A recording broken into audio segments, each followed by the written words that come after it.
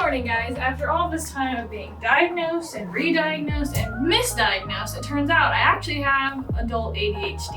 All right, follow me. Try not to show my hair extension. Oh, sorry. Oh, too late. Or the mess. You know what? I am gonna take my Adderall that I am now prescribed, and yes, it is in a Daily Green single sips cups. That's a story time for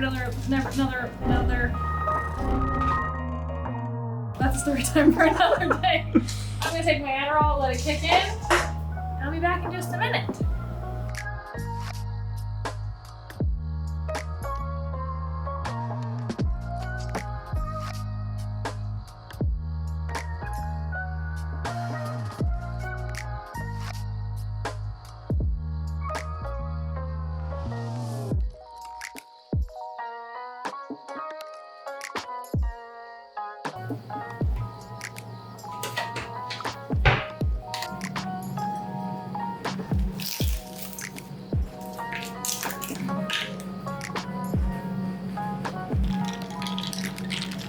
Cheers. Okay, I want to get a lot more serious. Obviously, I'm in a good mood today. I've got a lot of energy, which is great, but I don't want it to be misconstrued as me thinking or like portraying that ADHD isn't serious, because it is a lot more serious than I would have realized before I got my diagnosis. If you followed me long enough, I have shared my mental health journey for like 80% of my content has been that. You guys have seen it all, you know, depending on how long you've been here. And it's been a struggle. I've been in and out of therapy this year. I just really wanted to try something new. And for the first time I went to a doctor. That was the first time I'd ever heard an ADHD diagnosis. And I think it's because the symptoms of ADHD, there's a lot of stigmas around ADHD is what the doctor explained to me. So because of those stigmas, a lot of people think ADHD is one thing when really it's a lot of different symptoms.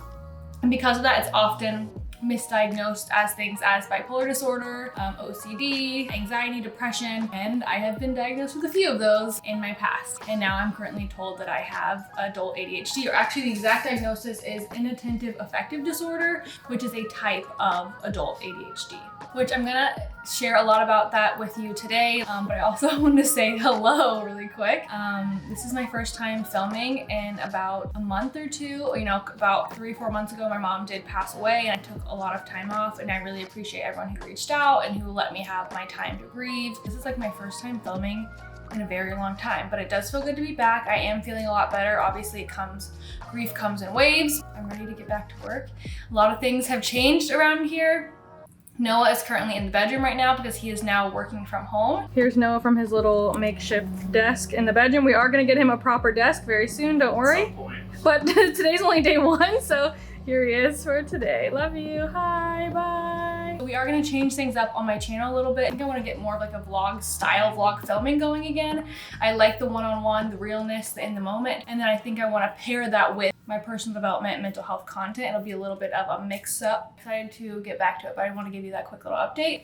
I know that's not what you clicked on this video for though, so now that I told you that, let's go get comfy and we'll talk about my symptoms. So first I wanna explain that I almost didn't talk about this. Even today as I started filming this, I was like, no, is this a bad idea? Should I not film this?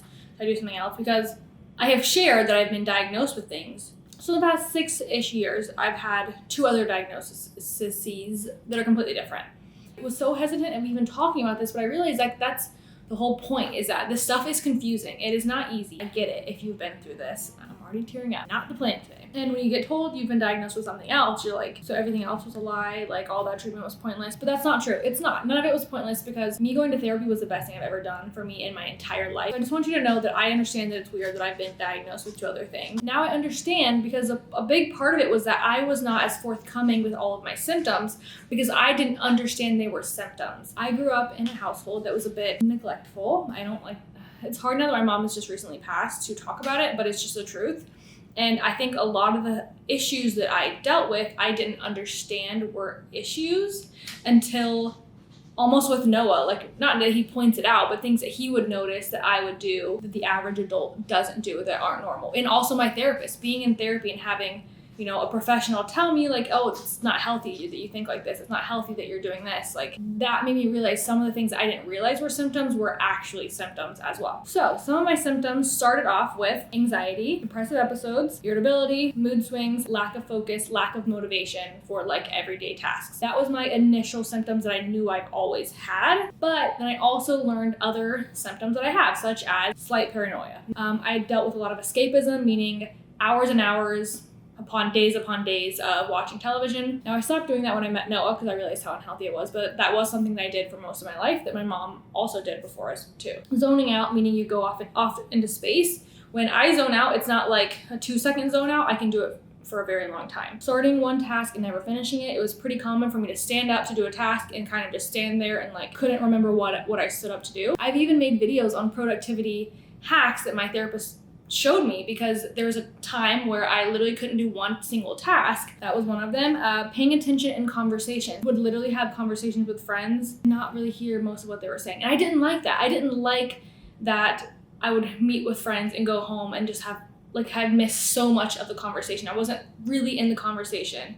Interrupting others. Sometimes when I was listening, I would have a thought and I could not help but interrupt. It was almost like if I did not say the thing that was in my mind, I was gonna explode. Also going back to all the anxiety, depressive episodes, irritability, mood swings, lack of focus. If you remember, there were times when I was too scared to drive a car by myself. I never learned how to ride a bike. Like little things that I was so terrified of doing because I just felt like it was impossible for me to do.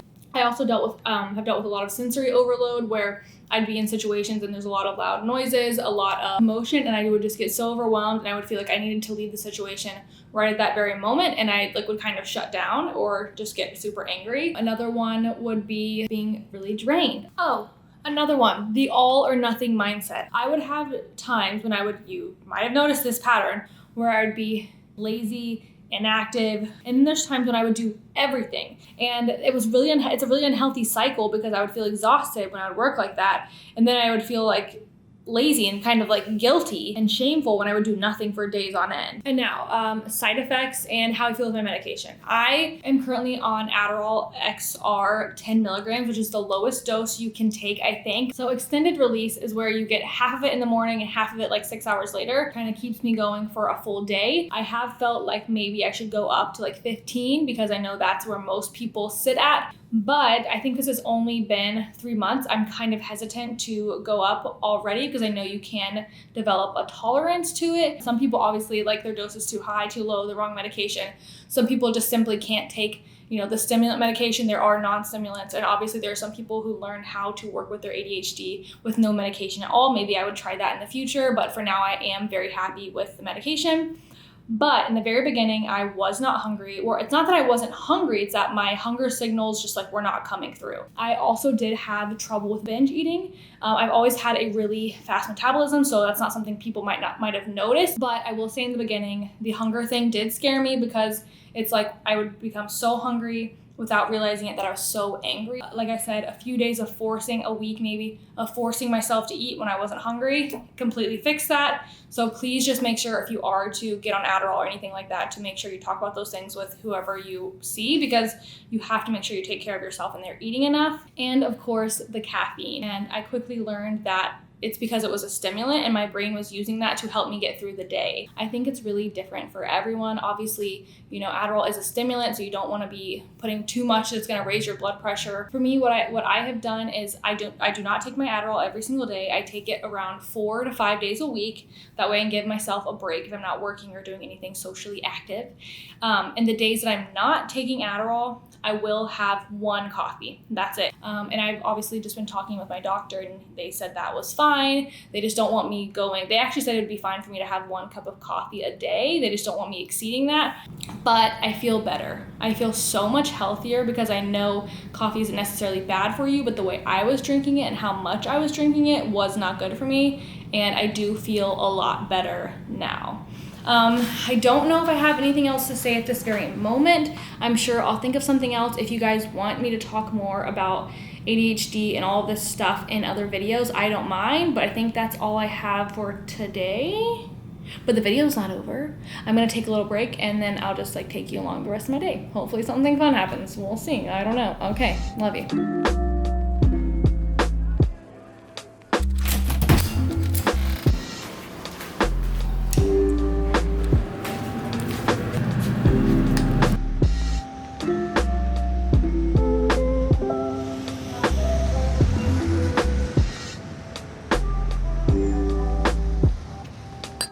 First day working from home, now working for LinkedIn. How do you feel?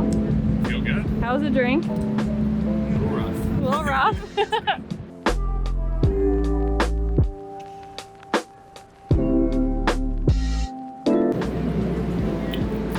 So how is it?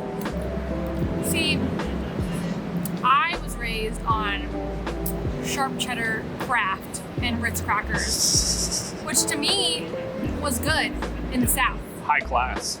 Yeah. This is obviously a lot more upscale than I'm used to.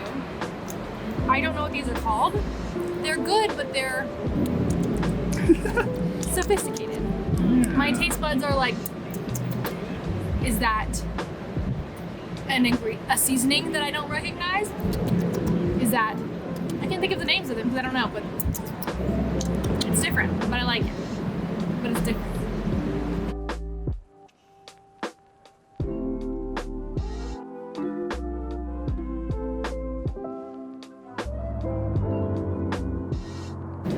Okay, so we've been out here for a while. It's like freaking dark out now.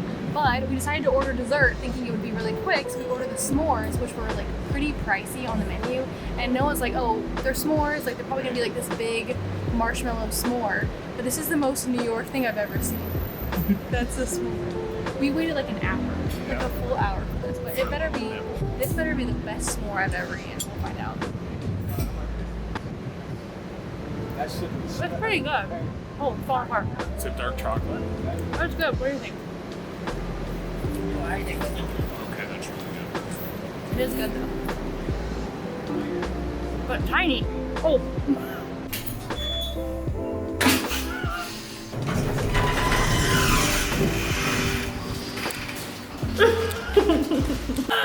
Oh goodness. Okay. Come on, wrist. He's somewhere down there. All right. I think that's the end of today's video. Sorry if it was rambly. It was my first time in 3 months. I'm a little rusty. Sorry that for half of the video, I realized I was only wearing earrings on one side. It's fine. We love you guys, and we'll see you next time.